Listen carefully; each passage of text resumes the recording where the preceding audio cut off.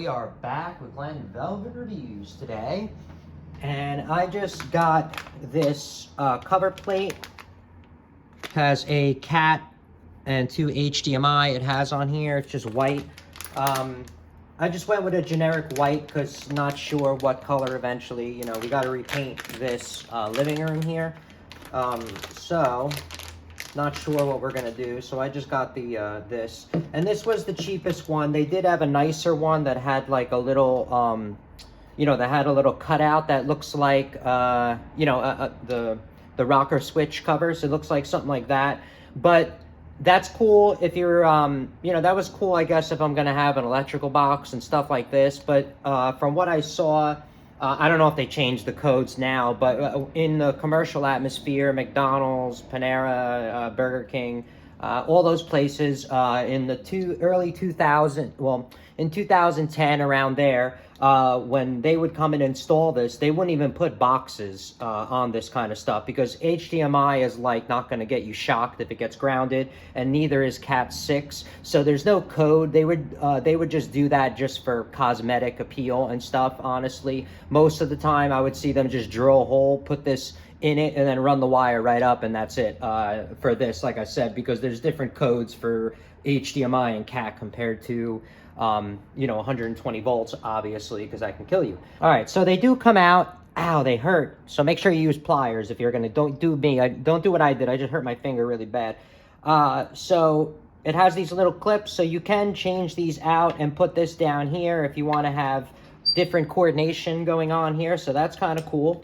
I'm not going to do anything like that because I don't really care. But let me show you where I'm going to put it. I'm going to install this. You're going to see what it looks like, how I'm doing it. We'll do like a little installation on it. I already did the unboxing on the HDMI cord. I got a 30-foot cord that was only $16.99. I got that because I got a cheap one because I'm not going to use it for gaming. So I was like, what? I didn't really care. So let me show you what happened over here.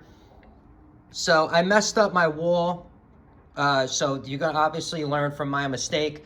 I should have just used a stud finder. I have an awesome stud finder that's downstairs, sitting downstairs, very easily for me to grab it. And instead, I didn't feel like going downstairs, so I thought, hey, this matches up with downstairs, I should be fine. So I did cut, you know, a spot out, and then I found out there's like 3 studs going up in the wall right here. Like they built, like they didn't, I don't know what they did, but all I know is you could see the wood, and there's a bunch of studs that go across the wall this way. So that was my fault. If I used a stud finder, I would not be sitting here, you know, bitching and moaning about what I did. So learn from my mistakes, you know, don't do it half-ass. I was rushing, and you know, doesn't matter. The excuse, the end result is still a piece of crap, and doesn't matter what the excuse is, right? It's because this is still the end result.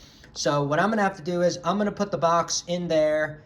You're gonna see, but I'm gonna end up, you know, obviously cleaning the wall, but I'm gonna end up just spackling this because we're gonna repaint this entire wall over here. Is, you know, my plan. So that's kind of what's up. That's my camera that goes outside, if you're wondering, and the extra wires there, and that's cable that we don't even have anymore. But I was already having an issue when I was trying to drill down. If you look inside, this is the front of the house, so it sits off where the garage is. So when I was drilling, the bit was going towards the front of the house, which was giving me a very big problem. So I need to be I have a very tight space here. It's not like this wall where you have like a lot of room in there and I can kind of drill down. It's really tight in the front here because the bricks and everything outside, like just the way the design of the house is. So since I do not have that type of depth, you know, I ended up having to go a little bit deeper and making my hole a little messed up. That's, you know, whatever. We're repainting, so it's not that big of a deal, and we're gonna fix the living room up. So I'm not really worried about it. But if you were in a customer's house, you would not want this. This is really bad. It's extra work, and now you got to explain to the customer how it's going to look retarded, and you got to repaint everything. So obviously, if this was a commercial, or I was doing this for customer, first thing, get that stud finder out and see what the hell is going on. You're not going to, be playing around doing it half-assed like this. You only do this when it's at your house. We're going to get this thing installed. I'm going to show you what's up, how I ran the wire. So pretty much, I have the wire over here. Let me at least show you where it's starting. Here is the HDMI cable that I did the unboxing review on. It's going to the back of the TV over there. I don't know what port it's in, because this TV has like 5 or 6 HDMI. So I have it go down there. We already had an existing holes in the floor that my dad drilled, probably in like the 1980s. So he drilled those and we already have them. So, I mean, obviously I would have wanted to go into the wall, and that's what I would probably do now, instead of doing, playing a game like we did here and making it look kind of poops. So, but anyway, so mine goes down there, and then it runs, since I did the central vacuum. If you saw my videos, I also did central vacuum for my mom in the house. I installed it for her. So where I opened up my ceilings for the central vacuum, because see, the central vacuum is right there. So it runs over here. This is kind of what's going on here. Here is that HDMI. See it? This is right here. It comes down right in that hole. Whoever, like I said, my dad made that. So I just pulled mine down through that hole. It goes right here. You could see the central vacuum unit that I installed. It goes right there. So since I had to drill holes for the central vac, I ended up using that to also, put the HDMI through. So I have the HDMI going all the way through, all the way down. Make sure you measure make sure you measure the exact length that you're gonna need, and then add 5 feet, because I measured 22 feet. And when I really stretch this, that happens almost all the time when you're in the field and you're working and everything.